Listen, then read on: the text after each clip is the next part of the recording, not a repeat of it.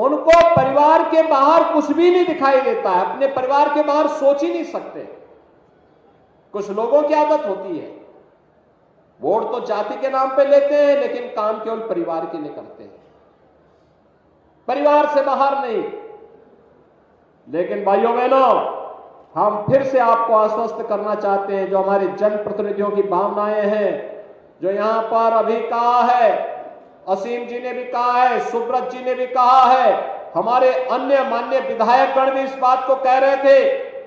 कि बाबा साहब भीमराव अंबेडकर के नाम पर फिर से मेडिकल कॉलेज का नामकरण होना चाहिए। और मैं आपको आश्वस्त करने के लिए आया हूं कि बाबा साहब भीमराव अंबेडकर के नाम पर फिर से जाना जाएगा कन्नौज का मेडिकल कॉलेज। और जो भी सुविधाएं यहां के लिए उपलब्ध करवानी हो, उन अत्याधुनिक सुविधाओं को इसके साथ जोड़ेंगे। कन्नौज को एक विशेष व्यवस्था के साथ जोड़ करके इस व्यवस्था को और तेजी के साथ आगे बढ़ाने का कार्य करेंगे। आपने देखा होगा, यहां पर आज अपने स्वर्गीय पिता की स्मृतियों को जीवंत बनाए रखने के लिए श्री सुब्रत पाठक जी ने यहां पर दिव्यांग जनों के लिए कृत्रिम अंग उपकरण वितरण के कार्यक्रम को आगे बढ़ाया। 5000 से अधिक यहां पर कृत्रिम अंग उपकरण वितरण के कार्यक्रम संपन्न हुए। बड़ी संख्या में उन लोगों को, जिन लोगों ने कभी भी इन सभी चीजों से अपने आप को कहीं ना कहीं वे लोग वंचित थे, लेकिन आज ये सुविधाएं यहां पर उपलब्ध करवाने का कार्य उनके द्वारा उन दिव्यांग जनों के लिए किया गया। दिव्यांगता हो सकता है उसके लिए तात्कालिक समस्या हो, शारीरिक समस्या हो, लेकिन उसको अगर सरकार के द्वारा थोड़ी भी प्रोत्साहन दे दिया जाए तो वह बड़ी से बड़ी उपलब्धि हासिल कर सकता है। भाइयों बहनों, हम तो सब जानते हैं, अगर उपनिषदों में आप देखेंगे तो अनेक ऐसे उदाहरण आपको मिलेंगे जहां पर शारीरिक दिव्यांगता को लोगों ने, उन ऋषियों ने नकारते हुए अपने दिव्य ज्ञान से पूरे समाज को आलोकित किया है। और मध्यकाल में ब्रजभूमि में सूरदास जैसे ऐसे यशस्वी कवि हुए हैं जिन्होंने अपनी रचनाओं को समाज का मार्गदर्शन किया है। आज भी दुनिया के अंदर आप देखते होंगे या प्रदेश में भी आप देखते होंगे, चित्रकूट में जगत गुरु रामभद्राचार्य जी हैं, दिव्य चक्षु हैं, लेकिन जब वे कथा का वाचन करते हैं तो जिनके पास भौतिक चक्षु हैं वह भी उनके सामने फेल होते हुए दिखाई देते हैं। भाइयों बहनों, दिव्यांगता को अभिशाप मानने की बजाय उनको संबल दे जाने की आवश्यकता है। उस संबल के साथ अगर हम खड़े होते हैं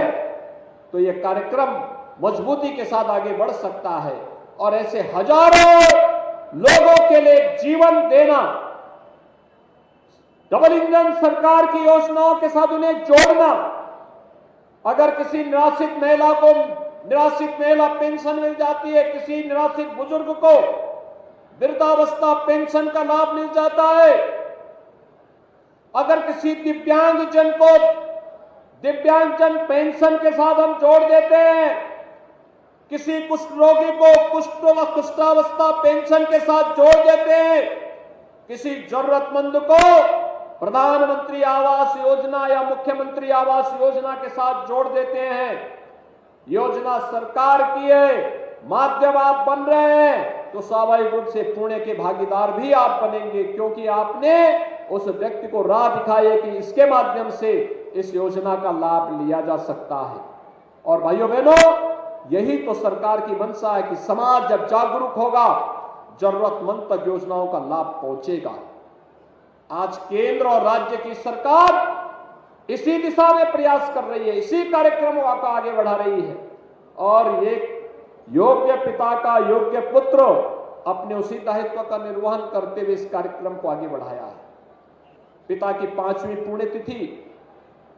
पुत्र के लिए भावुक क्षण भी है, लेकिन साथ साथ जन सेवा का एक व्रत है, एक संकल्प है। उस संकल्प को आगे बढ़ाने का एक अवसर भी है और उन्होंने उस अवसर को हाथों हाथ लेकर के, क्योंकि पुत्र जो कुछ भी प्राप्त करता है माता पिता की साधना से, उनके पुरुषार्थ से उन्हें प्राप्त होता है। और माता पिता के द्वारा जो संकल्प लिया गया, जो परिश्रम किया गया, जो पुरुषार्थ किया गया, जो साधना की गई, उस साधना की परिणति होती है कि पुत्र को एक रास्ता दिखता है, आगे बढ़ने के लिए प्रेरणा प्राप्त होती है। और उसी प्रेरणा के पुंज के रूप में उन्होंने अपने पिता को केंद्र में रख करके जिस कार्यक्रम को आगे बढ़ाया, आज सार्थक होता हुआ दिखाई दिया। और उसी सार्थकता को आगे बढ़ाने के लिए आज हम सबको यहां पर 5वीं पुण्यतिथि के अवसर पर यहां पर आने का अवसर प्राप्त हुआ है। मैं इस अवसर पर स्वर्गीय ओम प्रकाश पाठक जी को विनम्र श्रद्धांजलि अर्पित करता हूं। भाइयों बहनों, यहां पर स्टेडियम की मांग भी की गई और मैं तो चाहूंगा, हम तो हर जनपद में एक स्टेडियम देना चाहते हैं, हर विकास खंड स्तर पर मिनी स्टेडियम देना चाहते हैं, हर गांव में खेल का मैदान देना चाहते हैं, हर ब्लॉक स्तर पर यूपी खेलो सेंटर की स्थापना और कोच की नियुक्ति करना चाहते हैं, जिससे प्रधानमंत्री जी के खेलो इंडिया खेलो के अभियान में अपने युवा खिलाड़ियों को हम खेल के प्रति जागरूक बना करके भारत को दुनिया के अंदर एक बार फिर से अपने युवा खिलाड़ियों के माध्यम से